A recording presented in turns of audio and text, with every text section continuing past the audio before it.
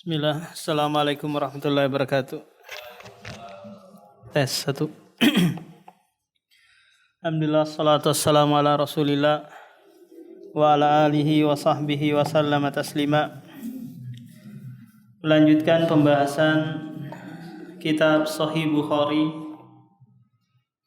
masih dalam kitabul ilmi. Babu man khassa bil ilmi qauman duna qaumin karahiyata alla yafhamu. Bab seseorang mengkhususkan ilmu kepada suatu kaum, tidak kaum yang lain, karahiyah karena takut mereka tidak memahaminya. Jadi dalam agama kita, hukum asal menyembunyikan ilmu itu haram. Ya, sampai seorang pengawas tatkala murid-muridnya sedang ujian, kemudian nanya jawaban, maka si pengawas ini harus memberitahukan jawaban. Karena nggak boleh menyembunyikan ilmu. Sampai seorang Imam Muhammad Amin Asy-Syinkiti, tatkala dia mengawasi mahasiswa Madinah yang sedang ujian, kemudian beliau ditanya oleh murid-murid tentang jawaban, maka beliau sampaikan. Kan ditanya. Kemudian ada murid yang rajin, lantas menyampaikan kepada Syekh Bimbas mudirnya pada waktu itu, rektornya. Lantas Syekh Bimbas memanggil Syekh Muhammad Amin Asy-Syinkiti. Lantas menegur, kenapa? Kata Syekh Muhammad Amin, dia bertanya, bukankah Rasulullah bersabda barang siapa yang ditanya tentang ilmu fakatama lalu dia menyembunyikan, maka dia uljima finnar, dilempar ke dalam neraka. Masa saya harus dilempar ke neraka demi apa? Demi ujian-ujian yang kalian buat ini yang tidak ada manfaatnya, hanya sekedar untuk mengecek siapa yang bisa, siapa yang nggak bisa. Akhirnya Syekh Bimbas terdiam. Ya sudah kalau seperti itu. Nah, jadi terkadang seseorang disampaikan ilmu kepadanya, ada juga yang lain nggak disampaikan. Kenapa? Karena takut dia tidak paham sehingga pelajaran agama susah. Pelajar ilmu usulul fikih susah. Ya karena bukan Anda yang siap menerima ilmu tersebut. Kalau saya paparkan di sini tentang ilmu mantik, ilmu filsafat, maka bukan kalian yang bisa mengkonsumsi ini. Orang-orang yang memang ta'ammud, punya kedalaman ilmu yang bisa mengkonsumsi ilmu tersebut. Jadi hukum asal menyembunyikan ilmu haram. Tapi tak kala orang yang mau disampaikan ini lebih mudarat bagi dia kalau disampaikan, maka tidak disampaikan kepadanya. Terkadang pula ada orang bertanya tentang hukum tertentu, kemudian dia tujuannya adalah mencela, menjauh dan yang lainnya, maka nggak usah disampaikan atau nggak usah dijawab dulu, karena takut mudaratnya lebih besar. Wa qala Ali ibnu Abi Thalib, menantu Rasulullah sallallahu alaihi wasallam, haditsu an-nasa bima ya'rifuna, sampaikanlah kepada manusia bima ya'rifuna, sesuai apa yang bisa dia tangkap, sesuai apa yang bisa dia pahami. Kalau sekiranya bahasanya agak susah, maka bahasanya dipermudah. Kalau sekiranya sekali dua kali belum paham, ya diulang lagi.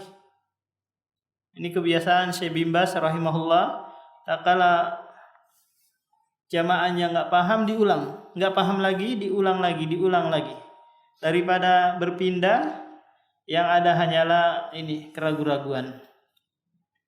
Atuhibbuna ayyukadzaballahu wa rasuluhu, apakah kalian mau Allah didustakan dan Rasulnya didustakan? Kalau mereka nggak paham apa yang Anda sampaikan, ini berujung pada apa? Pada kedustaan terhadap syariat, terhadap apa yang dibawa oleh Allah dan Rasulnya. Qala al-Imamul Bukhari haddatsana Ubaidullahi. Ubaid ini adalah tasgir dari abdun. Kalau abdun itu adalah kabirnya. Hamba kecilnya adalah ubaid. Jadi dia dikecilkan dengan wazan fu'ailun.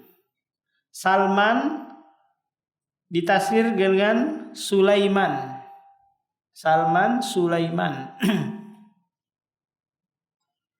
Fadlun Fudailun dan seterusnya.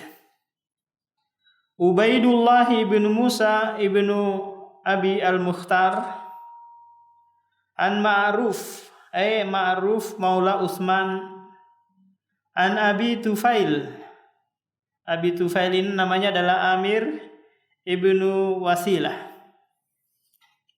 An Ali Ali bin Abi Thalib bidzalik dengan hal yang disampaikan tadi Ali. Jadi Imam Bukhari di sini mendatangkan sanad yang sebelumnya kita baca tentang asar dari Ali bin Abi Thalib. Jadi kalau yang disampaikan oleh Rasulullah itu namanya hadis, Pak. Paham? Yang disampaikan oleh sahabat, tabi'in dan seterusnya namanya asar. Asar Ali, asar Mujahid dan yang lainnya. Apakah hukumnya nanti marfu? Tergantung apa yang dia sampaikan. Kalau yang dia sampaikan nanti itu ada sumbernya dari Al-Quran dan hadis, maka dia nanti sebagai penguat. Haddatsana Ishaqu ibnu Ibrahim ibnu Makhlad. Haddatsana Mu'adz bin Hisham. Mu'adz ibni Abi Abdillah. Qala haddatsani abi abuhu Hisham ibnu Abdillah. An Qatadah ini ibnu Di'amah As-Sadusi. Ini murid senior dari Anas bin Malik. Qala haddatsana Anas bin Malik. Kita tahu Anas bin Malik 11 tahun menjadi khadim, pelayan Rasulullah sallallahu alaihi wasallam. Tatkala Nabi Muhammad hijrah ke Madinah, ibunya mengantarkan Anas ini yang masih kecil untuk berkhidmat di rumah Rasulullah sallallahu alaihi wasallam. Qala anna an-nabiyya wa Mu'adz radifuhu 'ala ar-rahli. Kata Anas bin Malik, adalah Nabi sallallahu alaihi wasallam dan Mu'adz berboncengan di atas kendaraannya, onta Rasulullah. Qala lalu Rasulullah berkata kepada Mu'adz, "Ya Mu'adz ibn Jabalin." Di sini Rasulullah memanggil, padahal yang dia panggil itu di belakangnya. Dan sigonidanya itu dengan harful bait, huruf untuk memanggil yang jauh, wahai. Kemudian kata Mu'adz bin Jabal, labbaika ya Rasulullah, aku memenuhi panggilanmu wahai Rasulullah. Jadi labbaika itu yang biasa digunakan jemaah haji, labbaika Allahumma labbaik. Itu maknanya adalah aku memenuhi panggilan. Labbaika ya Rasulullah, wa sa'daika juga sama maknanya, yaitu memenuhi panggilan. Qala ya Mu'adz, Rasulullah berkata kepada Mu'adz, wahai Mu'adz. Qala labbaika ya Rasulullah wa sa'daika, sampai 3 kali. Ini pelajaran yang diberikan oleh Rasulullah kepada kita, bahwa menyampaikan materi itu kalau enggak dipahami, diulang sekali, 2 kali, 3 kali dan seterusnya sampai orang itu paham. Qala ma min ahadin, tidaklah seseorang, kata Rasulullah, yashhadu an la ilaha illallah wa anna Muhammadar Rasulullah, bersaksi dia bahwasanya tidak ada Tuhan yang berhak disembah kecuali Allah dan Muhammad adalah rasulnya. Ini syahadatain. Kemudian dia sidqan, membenarkan dalam hatinya, sidqan min qalbihi, ikhlas. Jadi syahadat itu Pak mengharuskan ikhlas dalam hati dan penerapan, ya tidak hanya sekedar pengucapan. Makanya orang musyrik tak kala dia disuruh mengucapkan la ilaha illallah Muhammadur Rasulullah, mereka enggak mau. Kenapa? Karena mereka paham konsekuensinya bahwa kita harus tinggalkan seluruh sembahan-sembahan kita ini dan mengarah kepada satu sesembahan saja. Mereka paham betul. Sementara di tubuh kaum muslimin banyak yang mengucapkan ini tapi masih pelihara tuyul, masih gantung-gantung jimat di rumahnya. Ya masih tunduk-tunduk di depan kuburan. Kalau lewat kuburan maka masih rasa takutnya tinggi. Nah, berarti dia belum paham tentang makna la ilaha illallah ini. Nah, di samping dia membenarkan dalam hatinya, dia juga harus merealisasikannya dalam penghambaan, dalam peribadatan, yaitu ikhlas dan mutaba'ah. Illa harramallahu 'alan nar, kecuali orang tadi akan Allah haramkan atasnya neraka. Dia akan masuk surga. Ini keutamaan la ilaha illallah. Nah, tatkala Mu'adz bin Jabal selesai mendengarkan hadis ini, kemudian Mu'adz berkata kepada Rasulullah, "Wahai Rasulullah, afala ukhbiru bihin nas? Bolehkah aku mengabarkan kepada manusia tentang apa yang kau sampaikan tadi? Ini kan ilmu." Ya kan? Ini Mu'adz berlaku sopan, beradab terhadap Rasulullah. Enggak dia diam-diam menyampaikan, tapi dia minta izin terlebih dahulu. Fayastabshiru, lalu manusia itu mendapatkan kabar gembira. Apa kabar gembiranya di sini, Pak? Tak kala seorang mengucapkan la ilaha illallah wa anna Muhammadar Rasulullah, dia akan masuk ke dalam surga dan tidak masuk ke neraka. Ini kabar gembira.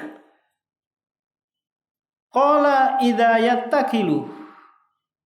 Kata Rasulullah, bagaimana kalau mereka hanya bersandar kepada kalimat tersebut, tidak mau beramal? Paham, Pak? Sudah kita ucapkan la ilaha illallah, ya sudah. Enggak usah lagi beramal amalan yang lain. Maka dalam riwayat yang lain, fala tubashiru, jangan kamu kabarkan kepada mereka. Rasulullah melarang. Kenapa? Yang ditakutkan di sini mereka hanya bersandar pada kalimat tersebut dan meninggalkan amal. Wa akhbar biha Mu'adz inda mautihi ta'assuman. Lantas Mu'adz mengabarkan kepada sahabat, kepada tabi'in yang lain ketika menjelang wafatnya. Kenapa? Karena takut berdosa. Yaitu menyembunyikan ilmu.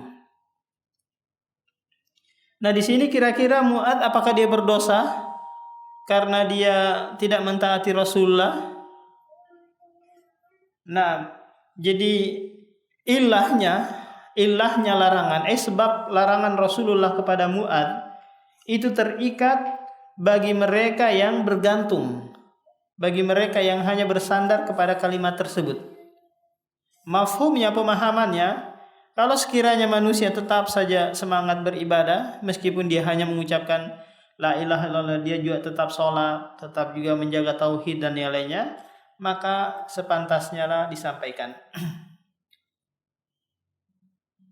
Qala al-Imamul Bukhari, haddatsana Musaddad ibnu Mushrid, qala haddatsana Mu'tamirun ibnu Sulaiman,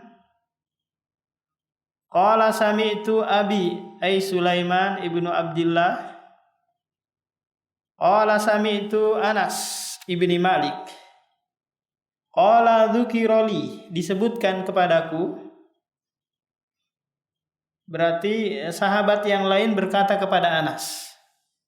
Jadi sesama sahabat jika menyampaikan hadis sesama mereka tanpa menyebutkan siapa sahabat yang menyampaikan kepadanya, ini la yadurruhul hadis, tidak memudaratkan hadis, Pak. Ini generasi sahabat. Beda dengan generasi setelah sahabat, dia harus mentasri, menjelaskan, menyebutkan siapa nama yang menyampaikan hadis kepadanya. Kalau enggak nanti dia majhul, tidak diterima periwayatannya. Kalau dia sebutkan haddasani Balikpabaniyun, orang Balikpapan menyampaikan kepadaku, siapa ini? Harus dicek. Nah, harus dicek siapa? Apakah Rahmat Mas'ud ataukah Rizal Effendi ataukah yang lainnya? Nah, kalau dia datangkan sigo majhul seperti itu, maka dia mardud, ditolak. Annan Nabiyya qala li Mu'ad bin Jabalin, bahwasanya Nabi berkata kepada Mu'ad bin Jabal, man laqiyallaha la yusyriku bihi syai'an dakhalal jannah. Barang siapa yang bertemu dengan Allah dalam keadaan tidak menyekutukannya dengan sesuatu, tidak melakukan kesyirikan, maka dakhalal jannah, maka dia akan masuk ke dalam surga. Qala ala ubashirun nas, kata Mu'ad, bolehkah aku mengabarkan kepada manusia tentang hadis ini? Qala la, kata Rasulullah, enggak boleh. Inni akhafu ayyattakilu, sesungguhnya aku takut mereka hanya bergantung, bersandar kepada kalimat ini. Ya, sudah bertauhid terus enggak mau lagi beramalan. Nah, lihat di sini dua hadis yang disampaikan ini memberikan dalil kepada kita bahwa bolehnya mengkhususkan sebagian manusia dengan sebagian yang lainnya.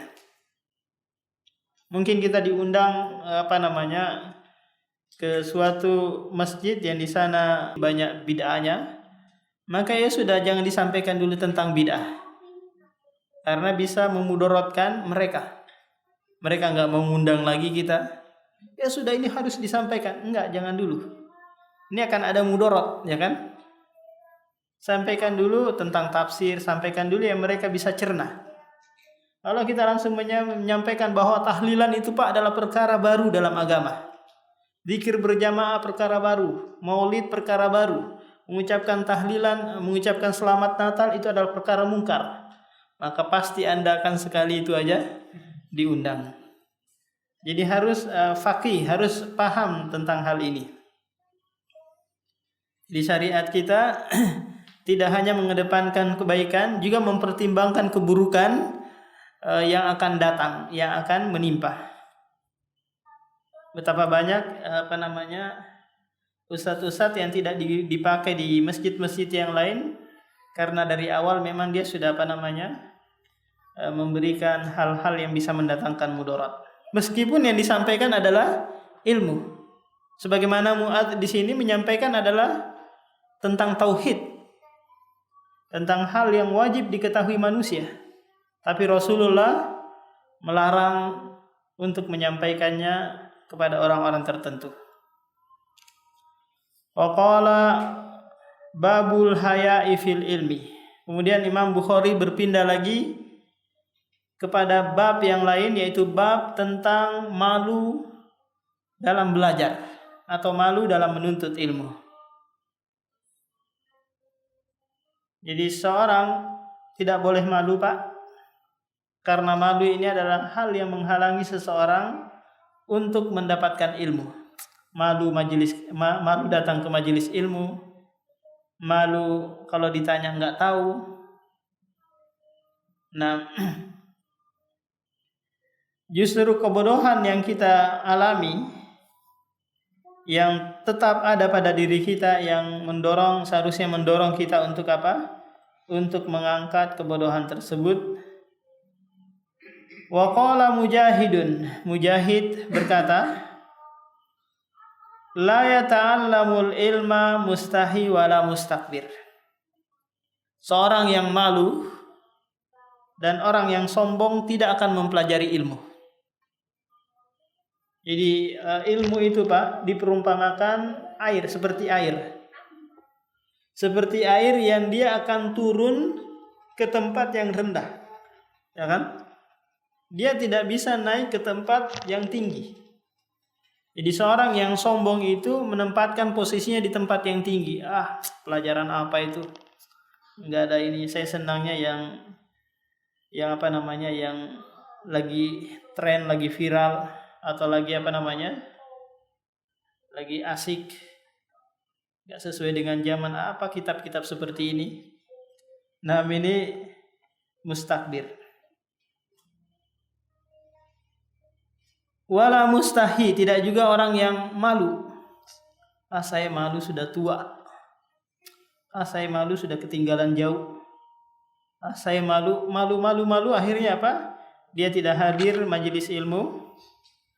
Wa qalat Aisyatu ni'man nisa'u nisa'ul ansor. Kata Aisyah mengomentari wanita-wanita Ansor, sebaik-baik wanita adalah wanita Ansor. Kenapa? Lam yamna'hunna al-haya'u ayatafaqqahna fid din. Sifat malu tidak menghalangi mereka untuk memahami agama. Mereka datang bertanya kepada Rasulullah meskipun masalah pribadi, meskipun urusan rumah tangga mereka, meskipun masalah haid, masalah farjnya mereka tanyakan. Karena ini adalah ilmu. Innallaha la yastahi anil haq. Sungguhnya Allah tidak malu menyampaikan kebenaran. Maka sepantasnya lah manusia juga tidak malu untuk menuntut kebenaran dan bertanya kebenaran. Qala al-Imamul Bukhari haddatsana Muhammadu ibnu Salam al-Faraj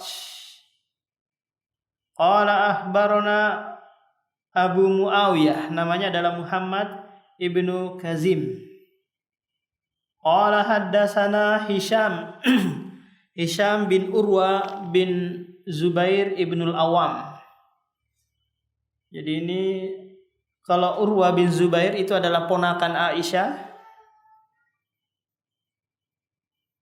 Anaknya Urwa itu apanya sepupu berapa kalinya itu? Kalau di bawah ponakan itu apa? Kalau kita Urwa kan adalah ponakan. Karena ini dia anaknya Aisyah, anaknya Asma. Asma saudara dengan Aisyah. Berarti Urwa adalah ponakan Aisyah. Anaknya Urwa ini namanya Hisham. Apa kalau kita panggilannya itu? Cucu ponakan ya.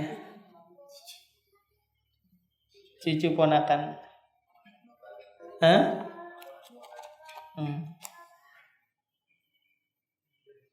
Hisham bin Urwa an abihi ay Urwa bin Zubair. Nah, ini Urwa ini adalah seorang tabi'in yang sibuk dengan menuntut ilmu kepada bibinya Aisyah. Adapun Abdullah bin Zubair sibuk dengan siasa, sibuk dengan politik. Ya. Akhirnya dia dibantai oleh ini Hajjaj bin Yusuf. Kalau Urwa ini sibuk belajar dengan Aisyah kemudian menyampaikan kepada tabi'ut tabi'in. An Zainab.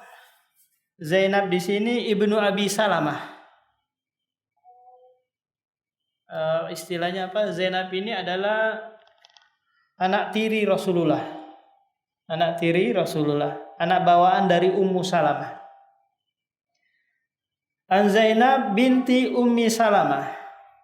An Ummi Salamah namanya adalah Hindun ibnu bintu Umayyah ibnu Al-Mughirah, dinikahi oleh Rasulullah tatkala Abi Salamah meninggal dunia. Jadi janda ini ya, dinikahi janda, punya anak satu. Jadi ini keutamaan janda-janda untuk dinikahi karena mereka sudah berpengalaman, pandai dalam mengurus rumah tangga dan yang lainnya. Qalat Ummu Salamah berkata, Ja'at Ummu Sulaim ila Rasulillah, kepada Rasulullah, faqalat, lalu berkata, Ya Rasulullah, innallaha la yastahi minal haq. Jadi sebelum dia bertanya, dia menyampaikan dulu ayat dalam surah Al-Baqarah, innallaha la yastahi anil haq. Sungguhnya Allah tidak malu menyampaikan kebenaran. Fahal, lalu dia menyampaikan pertanyaan yang seharusnya ini malu ya bagi perempuan untuk menanyakan hal ini. Tapi wanita Ansor ini dia tidak malu. Fahal alal mar'ati min guslin idah talamat. Apakah ada kewajiban perempuan mandi apabila dia mimpi basah? Istilahnya kita mimpi basah kan Pak? Mimpi apa gitu akhirnya mengeluarkan ini air mani. Apakah mimpi berhubungan atau mimpi dikejar janda ya? Atau mimpi dikejar putri duyung? Dan yang lainnya akhirnya apa? Dia mengeluarkan sperma. Qala Nabi sallallahu alaihi wasallam lantas berkata kepadanya, idza ra'atil ma. Ini patokannya. Kalau seorang perempuan mimpi tapi dia tidak melihat air mani, maka dia tidak ada kewajiban mandi. Paham? Kalau dia melihat air mani, maka dia mandi sebagaimana layaknya laki-laki. Fagot Ummu Salamah. Lantas Ummu Salamah menutup wajahnya karena malu. Wa qalat ya Rasulullah, lantas berkata lagi, wa tahtalimul mar'ah, apakah perempuan bisa mengeluarkan air mani? Ini dia balik bertanya. Mungkin sebelumnya dia belum pernah merasakan keluar air mani. Qala na'am, kata Rasulullah, iya, perempuan mengeluarkan air mani. Taribat yaminuk fabima yushbihuha waladuha. Taribat yaminuk ini adalah ungkapan yang biasa diungkapkan oleh orang Arab, ungkapan yang bukan diinginkan maknanya, yang diinginkan lafadznya. Paham? Lafadznya jelek, tapi bukan itu yang diinginkan. Makna yang lain, ungkapan yang lain. Taribat di sini artinya celaka. Celaka tangan kananmu. Ini bukan doa. Istilahnya apa ya? Ungkapan, kok kamu nggak paham? Istilahnya seperti itu. Atau ungkapan-ungkapan yang lain lah yang menunjukkan bahwa dia takjub dengan perkara tersebut. Fabima yushbihuha waladuha. Kalau nggak mengeluarkan air, lantas dari sisi apa diambil kesamaan anaknya nanti? Paham? Terkadang anak itu ada yang mirip ibunya, ada yang mirip bapaknya. Berarti kalau anak kita mirip tetangga, berarti dari air tetangga. Kalau mirip ibunya berarti apa? Airnya ini dari ibunya, lebih kencang tendangan air ibunya. Nah, ini pelajaran bagi kita bahwa seseorang tidak boleh malu dalam bertanya meskipun itu hal pribadi.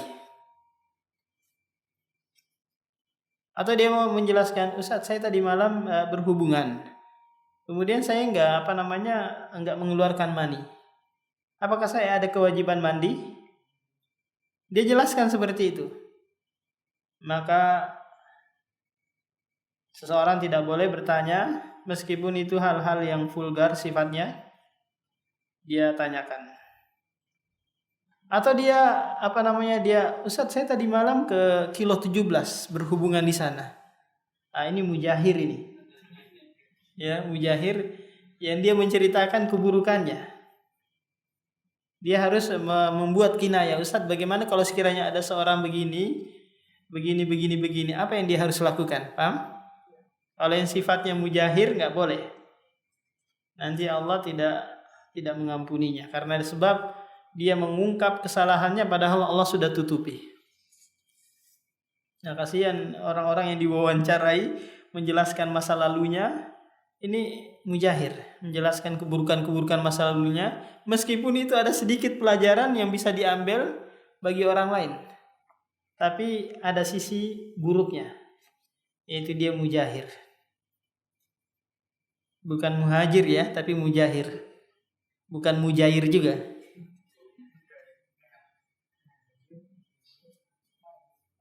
Qala al-Imamul Bukhari, haddatsana Ismail ibnu Abdillah. Qala haddatsani Malik ibnu Anas. Malik ibnu Anas ibnu Amr Abu Abdillah, Imamu Ahlil Madinah, sahibul Muwatta. Pemilik kitab Muwatta, pemilik madhab Malikiyah di Andalus. An Abdullah bin Dinar. Abdullah bin Dinar ini adalah maula Abdullah bin Umar. Kalau maula itu Pak, dia adalah mantan budak. Paham? Mantan budak. Jadi kalau ada orang bilang maulana, nanti bisa memiliki dua makna, tuan kami atau mantan budak kami. Maulana. Jadi budak ini tak kala dia dibebaskan, nanti dia boleh menyandarkan namanya kepada kabilah tuannya. Contohnya tuannya memiliki kabilah Banu Alim, maka dia nanti boleh menyandarkan Muhammad Banu Alim. An Abdullah bin Umar bin Al-Khattab anna Rasulullah qala inna minasyajari syajaratan la yaskutu waraquha. Nah, Rasulullah sedang duduk bermajelis dengan sahabatnya, lantas ingin mengetes sahabat-sahabat yang ada di hadapannya. Ini kebiasaan Rasulullah yang ngetes. Ini metode penyampaian dalam ilmu. Menyampaikan ilmu metodenya ini bagus. Karena murid Pak, kalau sekiranya langsung dipaparkan tentang ilmu, kadang dia belum siap kan ya. Nah kalau kita tanya terlebih dahulu, maka nanti jika dia tidak tahu, maka otaknya sudah siap menerima tentang hal yang dia tidak tahu tadi. Nah di sini Rasulullah bertanya, inna minasyajari syajaratin la yaskutu waruqaha wa hiya masalul mu'min. Dalam riwayat yang lain masalul mu'min. Sesungguhnya ada pohon yang daunnya itu tidak pernah jatuh. Ini perumpamaan seorang mukmin, seorang muslim, yang jika dia sudah mengenal Islam, sudah mengenal mukmin yang hakiki, dia jadi mukmin yang hakiki, itu tidak mungkin murtad. Ini kalau benar keimanannya Pak ya. Beda kalau sekiranya keimanannya hanya keimanan teh ayam gitu ya, panas-panas teh ayam, sebentar dikasih uang ini murtad lagi. Mukmin yang sempurna, mukmin yang hakiki, maka dia tidak pernah akan murtad. Hadisuni mahia, kata Rasulullah, kabarkan kepadaku, sampaikan kepadaku, daun apakah itu? Fawaqa'an nasu fi syajaratil badiyah. Lantas sebagian sahabat menganggap daun yang ada di pedalaman pedalaman Badui sana. Fawaqa'a fi nafsi annahan nakhlah. Lantas ya terbetik dalam jiwaku, kata Abdullah bin Umar, bahwa pohon yang dimaksud oleh Rasulullah itu adalah pohon kurma. Ini Pak, pohon kurma ini itu daunnya itu tidak pernah jatuh, meskipun sudah tua kering gitu, daunnya enggak tetap dia bergantung di pohon. Beda dengan pohon kelapa kan, kalau pohon kelapa jatuh atau pohon-pohon yang mirip dengan kurma itu dia akan jatuh. Tapi pohon kurma kalau Anda enggak tarik dia enggak jatuh, atau Anda enggak tebas itu enggak jatuh. Dia selamanya bertengker di di pohon. Ini luar biasa. Qala Abdullah fahaddastu abi. Lantas Abdullah di sini malu, dia enggak menyampaikan kepada Rasulullah, enggak menjawab pertanyaan Rasulullah. Sementara sahabat-sahabat yang lain menjawab tapi salah. Karena malunya, sifat malunya Abdullah bin Umar menyampaikan ilmu di sini, lantas dia sampaikan kepada bapaknya, fahaddastu abi, lalu aku menyampaikan kepada bapakku, bima waqa'a fi nafsi, tentang apa yang aku tahu tadi, yaitu pohon korma. Faqala la antakula qultahu ahabbu ilayya. Seandainya kamu tadi ucapkan itu, sampaikan itu kepada Rasulullah, maka itu saya lebih cintai daripada saya memiliki ini dan itu. Lihat kebanggaan bagi seorang orang tua ya. Tak kala anaknya bisa menjawab, sementara kibarus sahabat, pembesar sahabat yang lain tidak bisa menjawab. Abu Bakar nggak bisa, Umar bin Khattab nggak bisa, Utsman, Ali dan yang lainnya nggak bisa menjawab. Akan tetapi Abdullah bin Umar bisa, cuma dia apa? Malu menyampaikan. Nah, jadi sisi kesamaan orang mukmin dengan pohon korma banyak sekali Pak sisi kesamaannya. Dulu pernah kita sampaikan ya. Ada yang masih ingat kah? Dulu sisi kesamaannya sama-sama bermanfaat. Korma itu dimanfaatkan buahnya. Orang mukmin juga dimanfaatkan dimanapun dia berada. Kemudian korma itu Pak makin tinggi pohonnya, makin sering diterpa angin kencang, badai dan yang lainnya. Demikian juga orang mukmin, semakin tinggi sempurna keimanannya, pasti ujian bertubi-tubi akan menimpanya. Nah, seorang mukmin akan memberikan manfaat setiap saat tanpa terikat dengan waktu. Demikian juga buah korma itu Pak dimanfaatkan di saat musim dingin, di saat musim panas juga dimanfaatkan. Ada terus buah yang berkah. Dulu kita ketika di Yaman itu buah korma itu ada terus. Ya, datang dari Saudi, sampai kalau kita nggak bisa makan ya kita tukar sayur di pasar atau kasih kambing, saking banyaknya. Sudah masuk ke waktu? Berapa menit lagi? Hah? Ada yang mau ditanyakan dulu Pak?